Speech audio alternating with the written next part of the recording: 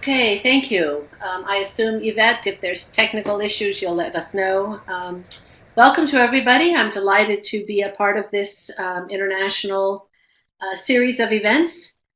So good day, good afternoon if you're here in the United States, and good day to you in whatever part of the world you may be. As Yvette mentioned, my background is in educational program evaluation as well as social science methodology more generally.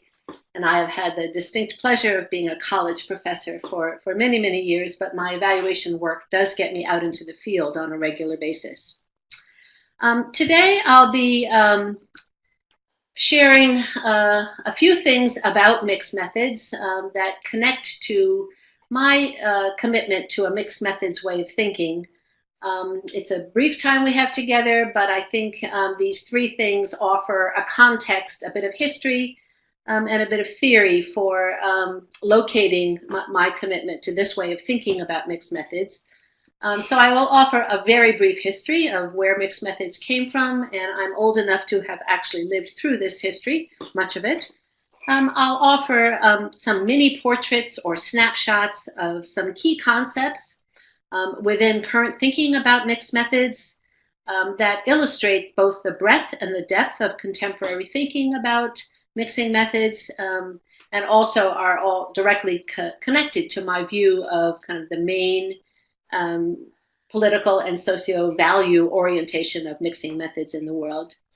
And finally, I will share what I consider to be a very rich and textured international example of an empirical mixed method study. I think all of these more conceptual ideas come alive through empirical work.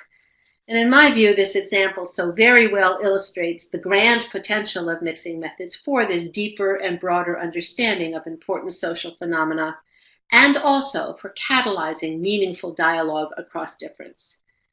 This is my commitment to mixed methods, this notion of dialoguing across difference. And in my country these days, there perhaps is no more pressing priority than that at this time. So let me turn to the first part, very brief history of mixing methods. And again, I share this because I think it locates current thinking and commitments of mixed methods today.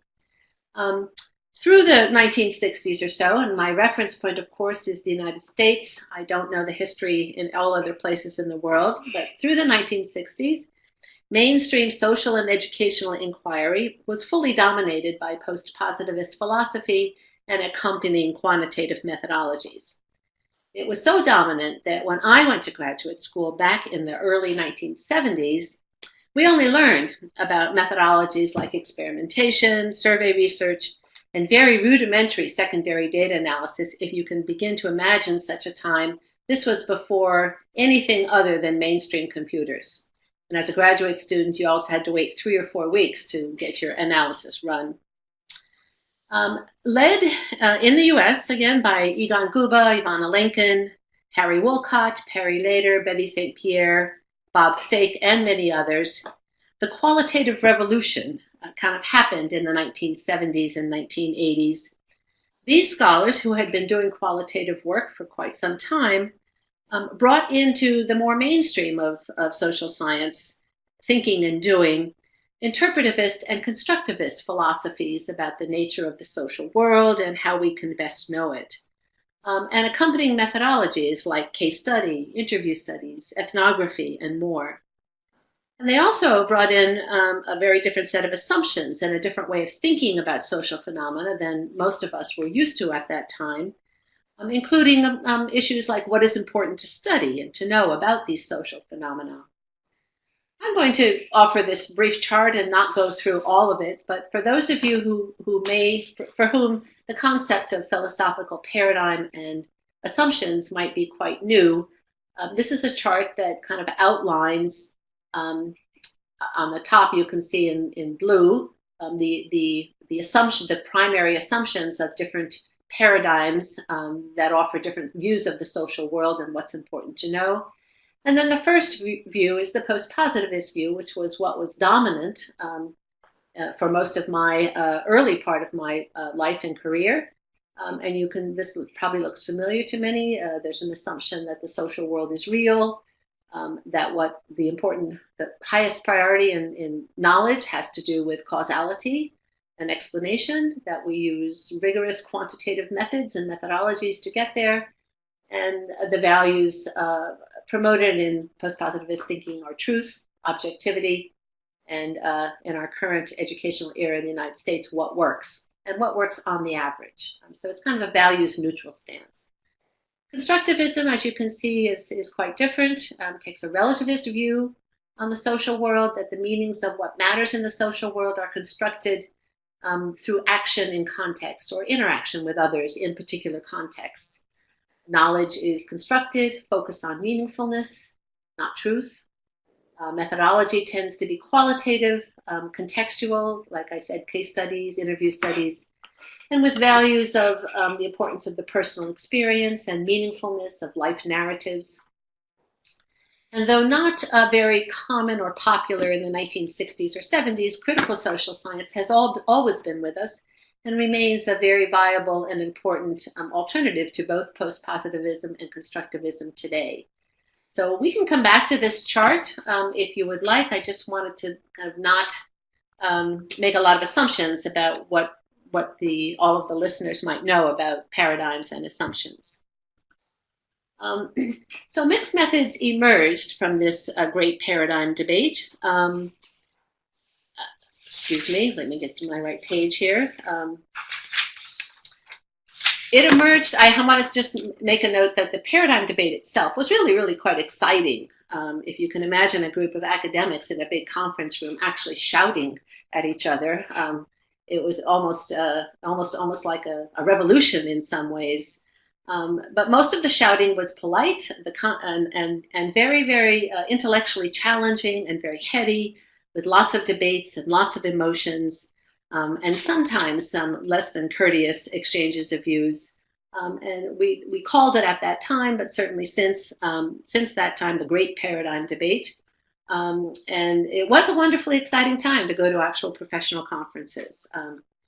And eventually, of course, the uproar and excitement eased off as many social science did take up constructivist qualitative ways of doing social science and thinking about the social world.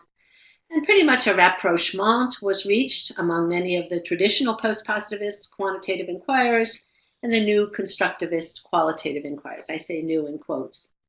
Remnants of the great debate, however, did remain among three main groups of social scientists.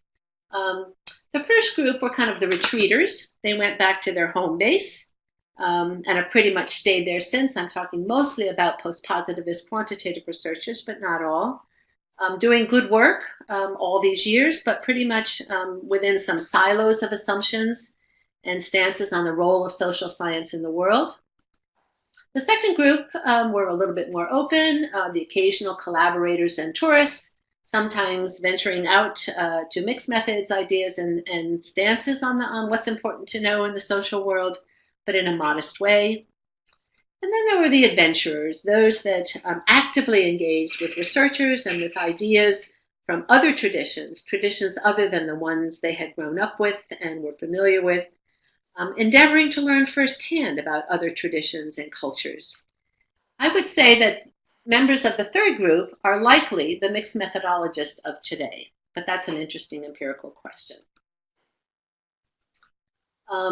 So the concept of mixing methods did arise from this great paradigm debate, and it arose from acceptance of both post-positivist and constructivist traditions at the time. Those were the two main contenders, and that both have the important opportunity to contribute to our understanding of important social phenomena, and this notion that if we actually used both together in a cooperative kind of way, or at least in some tension with one another, that we could generate better understanding of human phenomena. And importantly, this notion of better understanding of human phenomena has really become the anchor, and anchor justification, or the anchor concept or construct of mixed methods thinking.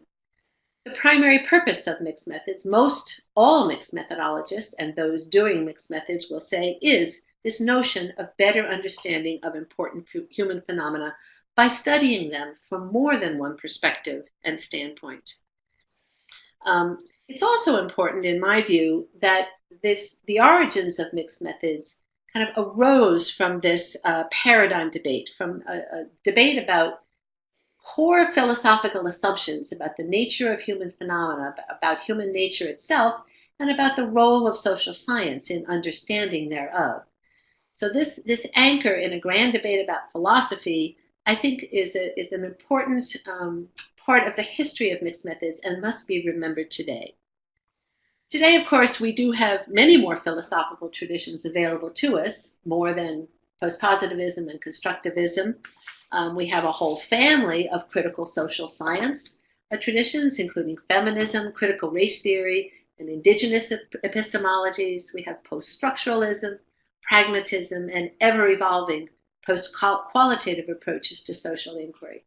So each of these, beyond our post-positivist and constructivist roots, each of these newer, or at least reclaimed paradigms and assumptions offer even more opportunities for mixed methodologists to achieve different kinds of better understanding of important human phenomena.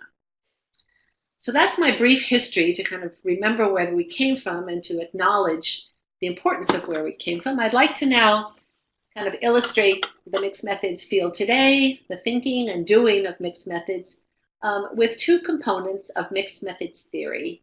And I put theory in quotes because I would maintain that while there's some wonderful, wonderful thinking out there, and the thinking continues to grow and add enormously to our ability to do thoughtful and good mixed methods work, I'm not sure we have reached the status of a methodological theory yet, nor might we ever. And that doesn't bother me. I think we have many, many good ideas and can go forward with them. But I'm a little reluctant to claim that we have a full-fledged methodological theory yet. So the two snapshots of what is addressed by many mixed methodologists trying to think conceptually about the practice of mixed methods are these two: just what is being mixed in a mixed method study, and the idea of mixed methods purposes, representing different forms of better understanding. If you will recall, better understanding is the overall rationale for mixed methods, but the better understanding can take various forms. So as you've noticed so far, I have been using the word methods, as in mixed methods, as a label for this methodological tradition. And I use it as a label to refer not just to methods like an interview or a questionnaire, but also to methodologies and to paradigms, as this is convention in the field. The label of mixed methods is convention in the field. But choosing what is just being mixed and just what is being mixed is a critical first step in a mixed method study. We can justifiably mix at the level of method, at the level of method and methodology, or at the level of method, methodology, and paradigm. So that's the first issue that I wanted to take up. And here is the chart that the slide that I just recounted. There are these distinctions between method and methodology, method being a technique, an interview, an observation, a questionnaire, and methodology offering a bit of a more coherent logic, connecting research questions to sampling, instruments, data analysis, quality criteria. One can think of an experiment, a survey, a case study, single subject design, all as methodologies that have methods within them. And the third level is that of paradigm, which we talked about earlier. And this refers to philosophical assumptions about the nature of the social world, about knowledge, about what methodology is best suited to collect data as per the first two assumptions, and pervert values and stances. Again, mixing at the level of method only is fairly prevalent in mixed methods work. I think my unsystematic reading of a lot of mixed method literature suggests that mixing at the level of method and methodology might be the most common, that we're mixing not just a technique, but also a way of thinking about and gathering and analyzing data. And more rare is mixing at the level of philosophical assumptions. assumptions that we have already talked about. So a mix of values is also part of all of this. We don't often think about philosophy or philosophical paradigms as promoting particular values, but as the previous chart had generated, indeed they do. A post-positivist view looks for, promotes values of on the average does this work, and to how many people and to how many populations of people does this work. Whereas a constructivist point of view promotes values such as contextuality, the meaningfulness of experience according to different people's value systems, and critical social science, for example, would advance values of equity and democracy and fairness, and use research as a critique on the ways in which structures of society are not living up to those ideals at this time. So this notion of better understanding as the main goal of mixed methods is enacted in these comments, that better understanding means more complete, more dense, more full, and more inclusive, and respectful of multiple standpoints.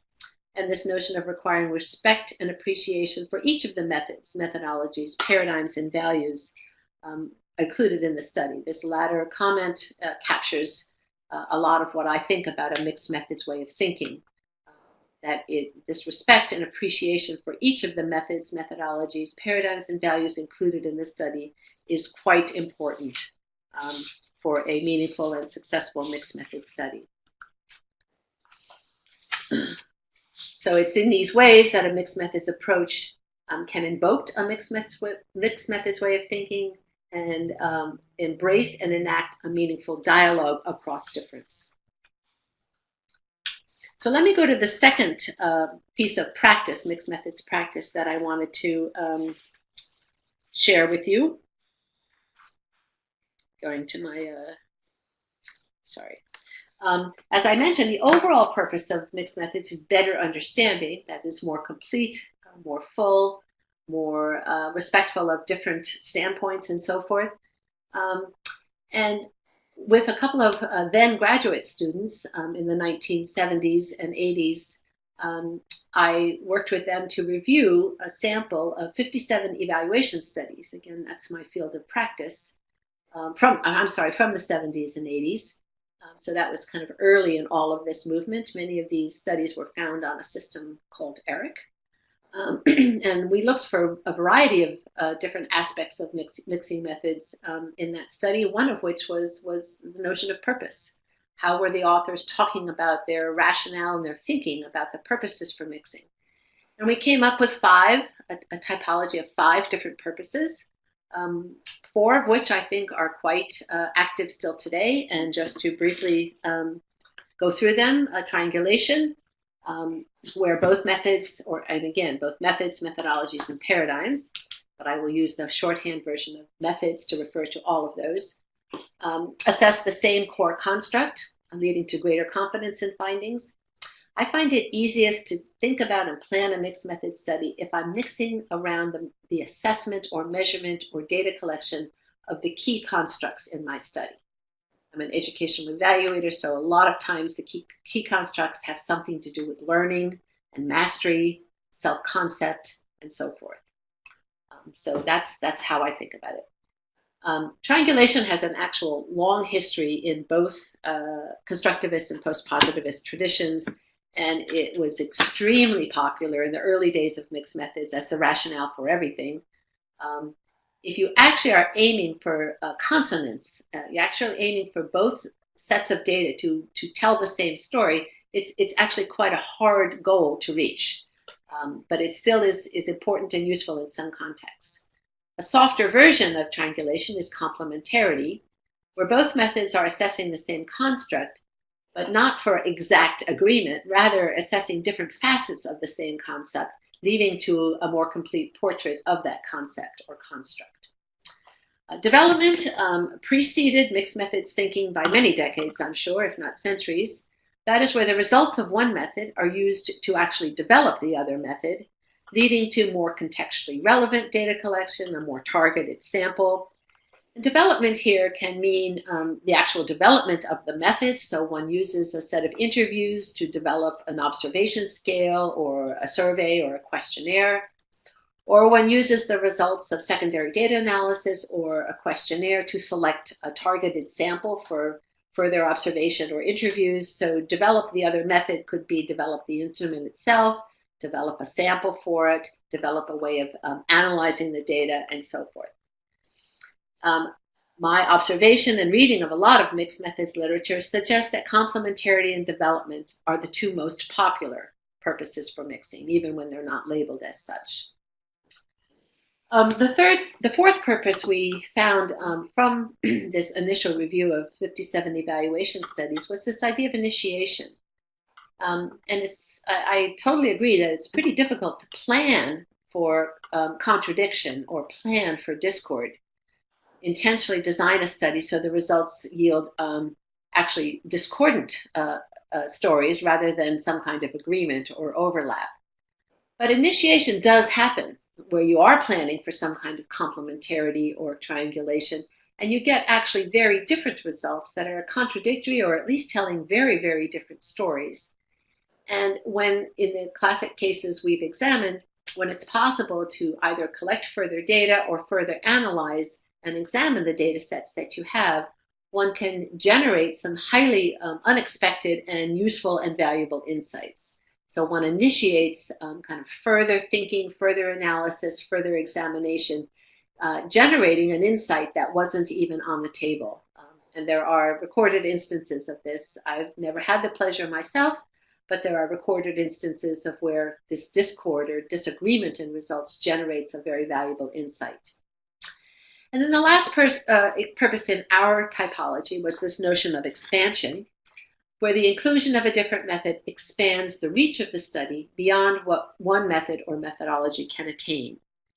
Now this is not so popular today, and I think that's because we now live in a multiplistic world of methodologies.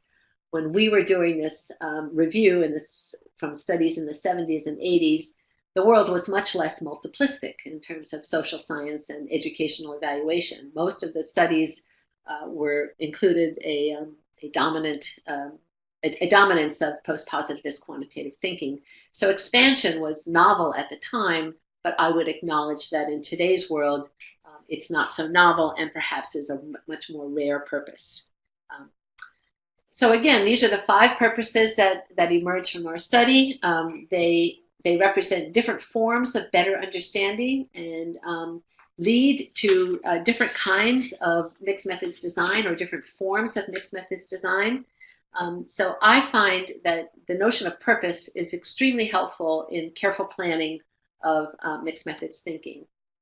And here's just a bit about mixed methods design. It's not a topic that we will go into in any detail, but one starts, of course, with the key questions. One always starts thinking about studies with the key questions at hand.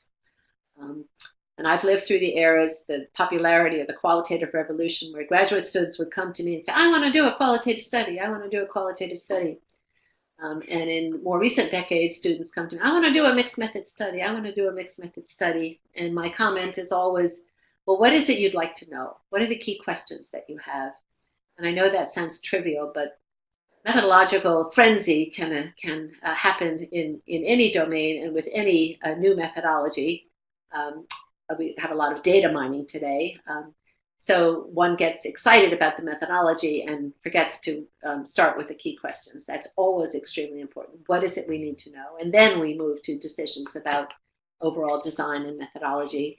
And if you decide a mixed methods mixed methods design would be relevant, then to me the next question is, for what purpose or purposes? What would you like to accomplish with your mixed methods design? And then there's a whole development of work in mixed methods on different design dimensions, principles, and ways in which you can be helpful. And here's just a really quick example of purposes in action. If we were evaluating a new active learning modules in a 7th grade math course, and we were focusing on an implementation evaluation, which is an evaluation of the process, the design of the program and the quality of its implementation. And we decided to use a mix of methods to better understand the student experiences in this new program. We would likely be adopting a mixed methods purpose of complementarity. And we would decided to use surveys to assess all students' engagement in the program. Again, we're looking at the implementation of the program and how students take it up. And we might do some mini case studies to assess in some depth student engagement and understanding. So that's a quick little profile of how purpose shows up in mixed methods work. So let me go to the example. I think I have a little bit more time. We started late, but I'll try not to keep us too long. I will hit some highlights from the example. Here's the reference, if you wanted to look it up yourself. The photos that I present with the slides do not come from the example. I wish they did. I found photos of lovely, colorful photos relevant to the context of this study, but they don't come from the study. So this was an international study with a team of researchers from 11 countries. They worked collaboratively and iteratively to develop what they called a culturally respectful measure of resilience in children and youth across cultures. This was their interest. They said that existing measures of resilience came mainly from what they called the minority world, the West. They called it the minority world because there are fewer people in the West than people in the majority world or the rest of the country. And it was quite unclear whether these Western measures or conceptualizations and measures of resilience would have any connection to the majority world, children and youth living in the majority world, which they defined as economically underdeveloped countries, former East Bloc nations with economies in transition, and marginalized populations such as Native peoples living in minority world countries. So the new measure that they wanted to develop was to focus on resilience as a quality of the individual and the environment. This team specifically defined resilience this way. I'll read, in the context of exposure to significant adversity, resilience is both the capacity of individuals to navigate their way to psychological, social, cultural, and physical resources that sustain their well-being, and their capacity individually and collectively to negotiate for these resources to be provided and experienced in culturally meaningful ways. With this complex, and again, both a property of the individual and a property of the context and the individual's ability to negotiate that context, resilience was expected to be highly contextual and demonstrate much cultural variation. So they decided on a mixed methods purpose, and I'm using the language of the researchers in their description of the work that they did. They wanted to create a tool for the study of resilience cross-culturally that could account for the psychosocial resources available to youth globally. And they decided to use a mixed methods approach was to honor and legitimize both inside or Emic viewpoints alongside outside or etic or general viewpoints. So Emic is inside to that context and etic is outside and more generally. They also wanted to incorporate and honor life narratives alongside population-based inquiry. The study honored the tensions between heterogeneity and homogeneity, between context and generality, and between localization and standardization. This is such a beautiful portrait of this kind of dialogue across difference that I think mixed methods offers our potential for, this kind of contrast and between these different dimensions of human existence and life and life's meaning. They said that a purely Emic, that's inside approach, would have yielded different measures for each country, while a purely etic or outside approach would have ignored contextual richness and imposed a single understanding of resilience across diverse country contexts. Again, I think this is classic mixed methods language and captures the potential and the intention of this way of doing social research just beautifully. The design they had was iterative and collaborative. It involved both local and global perspectives involving researcher and practitioner perspectives, all the while not privileging either the global or the local perspectives. And this is illustrative of the meaningful and respectful dialogue across difference and dialoguing with genuine respect. So again, these are highlights from their study. They initially developed a measure of resilience by the whole team, the team of researchers representing 11 countries. And there was some initial agreement about resilience as doing well despite adversity. So that was their initial definition, and they have developed an initial measure capturing that definition of doing well despite adversity. Then each academic partner returned to his or her home country. There were 11 countries participating, and led 2 focus groups, one with youth and one with adults, asking what would be the most important ways that youth thrive when faced with adversity. The goal of these group interviews was to generate questions for inclusion on the measure that they're developing based on youth and community voice rather than only on a survey of literature by minority world perspectives. So they had used existing literature to develop the initial measure, but that was based on minority world perspectives. They went out to the field to try to get youth and adults living in these communities, in these countries being studied, so that the measure would also reflect their viewpoints. And again, I'm quoting, "The inclusion of majority world researchers and community members in large numbers helped ensure a plurality of perspectives and the content validity of the 58 items chosen for the pilot version of the scale. This polyphony is evident in the uniqueness of some of the questions chosen, including questions on social equality, access to resources, and cultural adherence." So they started with an expert view, they went out to the field to get a local view, and they used both to revise and integrate in an instrument. Then they pilot tested this structured instrument, accompanied by follow-up interviews with samples of 89 youth living in the countries they were working in. For the interviews, the youth were selected as doing well, based on local definitions of doing well, thus catalyzing a conversation between definitions of doing well on the instrument and localized definitions of doing well.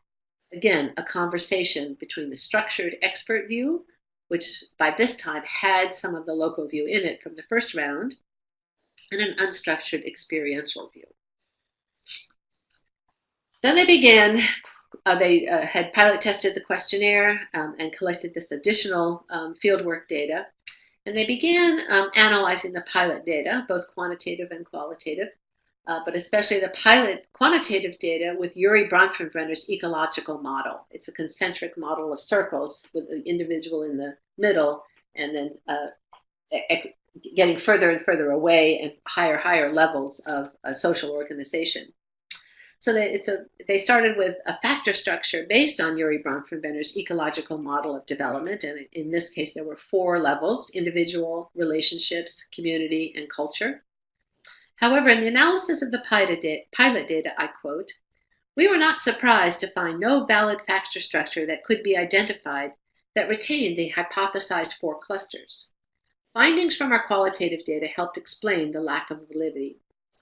And in fact, the qualitative data yielded not 4 dimensions, but 7 aspects of resilience or tensions. Evidence that multiple aspects of resilience co-occur and are mutually dependent on one another. They said, "We called these 7 aspects of resilience tensions to signify their dynamic expressed negotiations across cultures." And here's some examples of some of the tensions, the 7 aspects of resilience from the interviews. Access to material resources, the availability of financial, educational, medical, and employment assistance, resources or opportunities, as well as access to food, clothing, and shelter. Identity, personal and collective senses of purpose, self-appraisal of strengths and weaknesses, aspirations, beliefs, and values, including spirituality. Power and control, experiences of caring for oneself and others, ability to affect change in one's social and physical environment in order to access health resources. And cultural adherence, adherence to one's local or global cultural practices and values and beliefs. So you can see these 7 aspects of resilience that were generated from the interviews were deep, complex, and not in any particular hierarchy, as the Urie Bronfenbrenner's model is. Oops, I'm sorry. The 7 aspects of resilience were further analyzed. Going back to the questionnaire data, they used the 7 aspects of resilience to recluster or refactor the questionnaire data. And the 7 aspects yielded 4 portraits of majority world youth. The 4 portraits were minority world girls and boys, majority world girls, majority world boys in context with high social cohesion, and majority world boys in context with low social cohesion. I find those 4 groups, those 4 portraits, quite fascinating. They proceeded with these results to identify some final items for the instrument, respectful of all these diverse standpoints. They identified some unique and common aspects of resilience, respected the data that indicated that culturally diverse youth do show unique patterns of how resilience is understood and manifested, and they identified both etic, outside, and emic, inside dimensions of resilience. Among the reflections offered is this. The uniqueness of some of the items on the final instrument show that it is possible to reverse the flow of information and ensure that majority world voices inform not only the instrument and definition of resilience, but also the benchmarks of successful human development in the minority world. So, I love this study, in case you couldn't tell. And I love it because it so well illustrates the potential contributions of a mixed method way of thinking, of a respectful dialogue across difference, which is my mixed way of thinking, to an inquiry practice that's intended to respectfully engage with differences, to dialogue across difference, not necessarily toward agreement, but rather toward acknowledgement of the legitimacy of the other's standpoint, and even possible learning for oneself. As in a hermeneutic dialogue, where one puts one's own preconceptions at risk, this study afforded spaces for respectful conversations among different viewpoints and different on-the-ground experiences, and this study afforded engagement and learning on all sides, majority and minority alike. And now I welcome your comments and questions. Great, thank you very much, Jennifer, for that wonderful presentation. So now if anyone has any questions, you can raise your hand and I can give you the microphone, or you can just type your questions below in the chat and then they'll be read out and answered by Dr. Greene. Okay, we don't have any hands up, but we've got a lot of people typing, so that's good. Okay, just take a...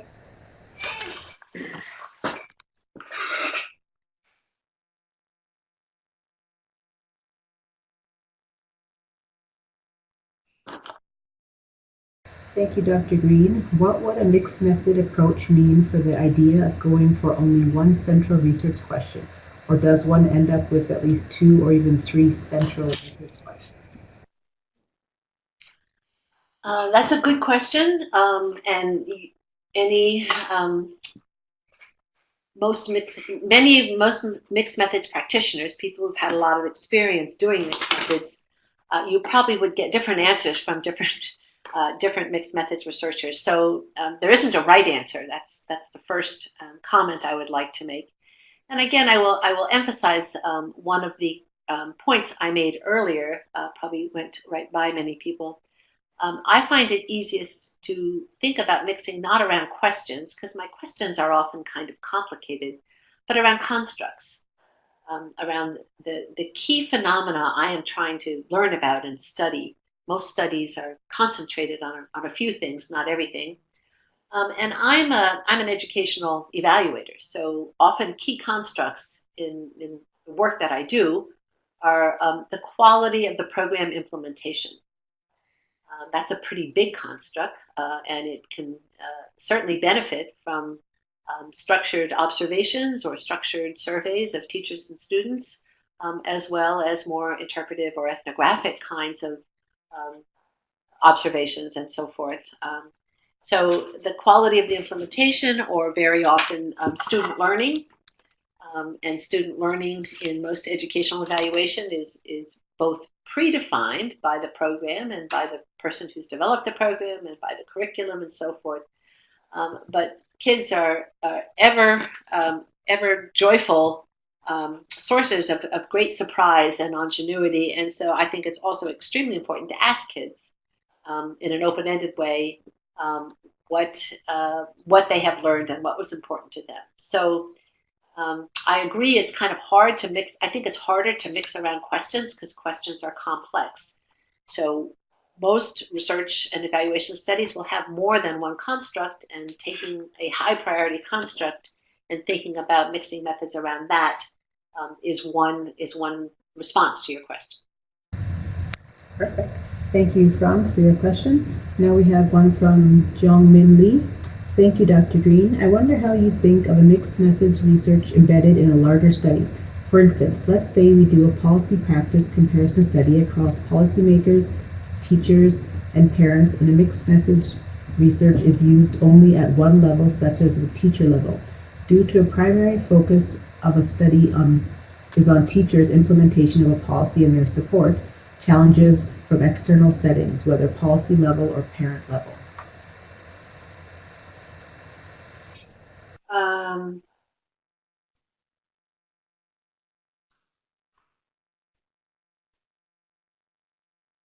I'm sorry, I'm scrolling back just so I can read it myself.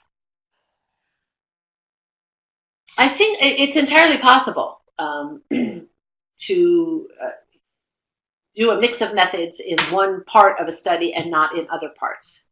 So it's entirely possible.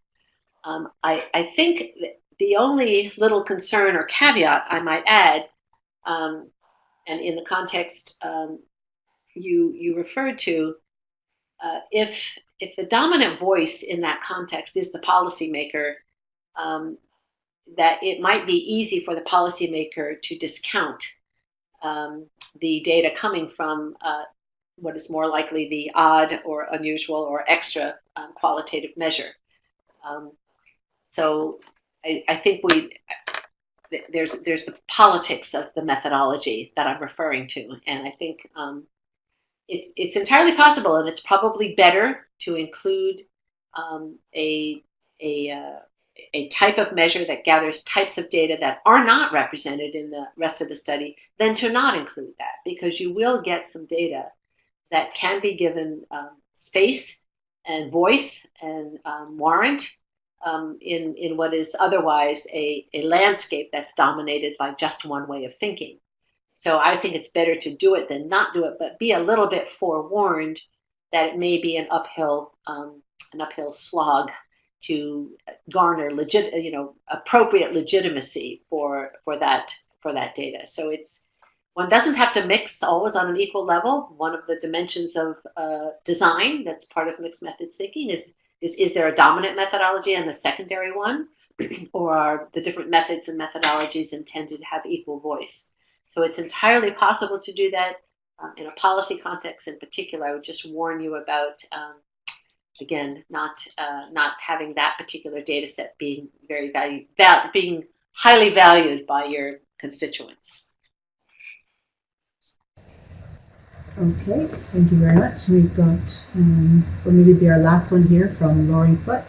Dr. Greene, thanks so much for this excellent presentation. I have a question about doing a case study that seeks to understand a given phenomenon within several different settings.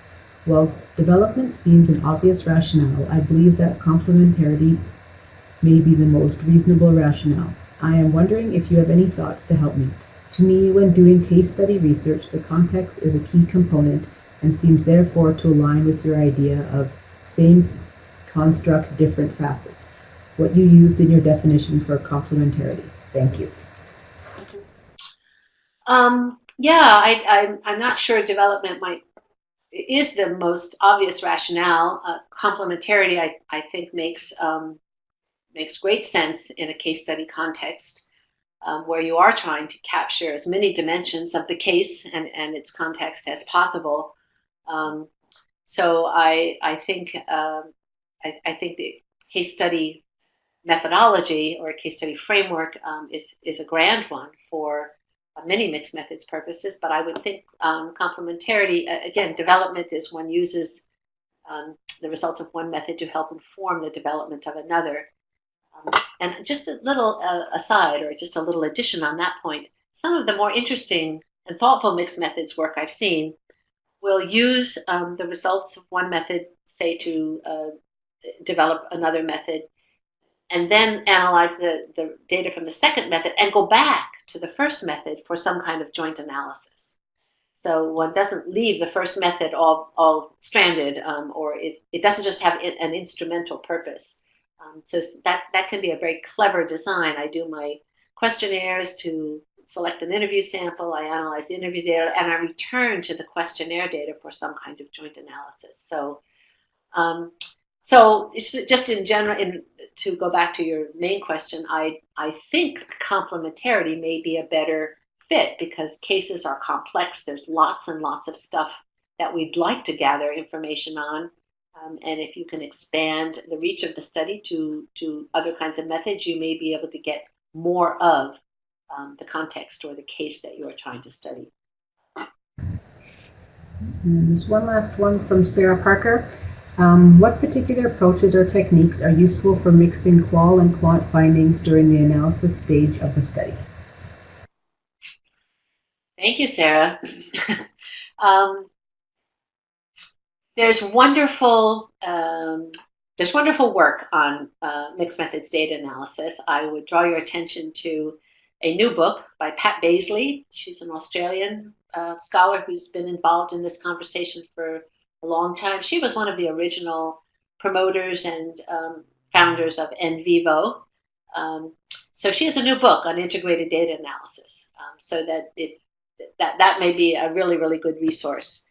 And like Pat has done, I think what Pat has done, I have done a little bit of, she's done it more thoroughly, is to keep on the lookout for really thoughtful and clever examples of integrated data analysis. It's the people out there in the research field, the research and evaluation communities that come up with such creative and inventive ideas. And Pat, I've taken a set of them, and when I teach my mixed methods class, I share these examples within some kind of framework, kind of descriptive, relational, and then analyses for final conclusions. Pat, I think, has a similar framework, but I don't think there's a theory, or maybe there never will be a theory of mixed methods integrated data analysis, but there's just fabulous examples out there. So you might find Pat Baisley's work useful. Sarah, you'd be welcome to email me, and I'm happy to share the examples that I've collected. So it's not as if there's nothing out there. It's just not organized fully, except for, I'd say, Pat Baisley has made a huge contribution to our field with her new book. Wonderful. Thank you, Dr. Greene, and thank you all of you for attending our webinar today. Hopefully we'll see you next month on May 8th for our next presentation. But I think that'll be it for today. So Dr. Greene, did you have anything to say to wrap it up? No, thanks for all who attended, and special thanks to Yvette for all of your excellent technical work. Since I'm not a techie, I'm always nervous about this, but thank you for your help and support. And thank you very much for that wonderful presentation. Take care, everyone. Okay. We'll see you next month.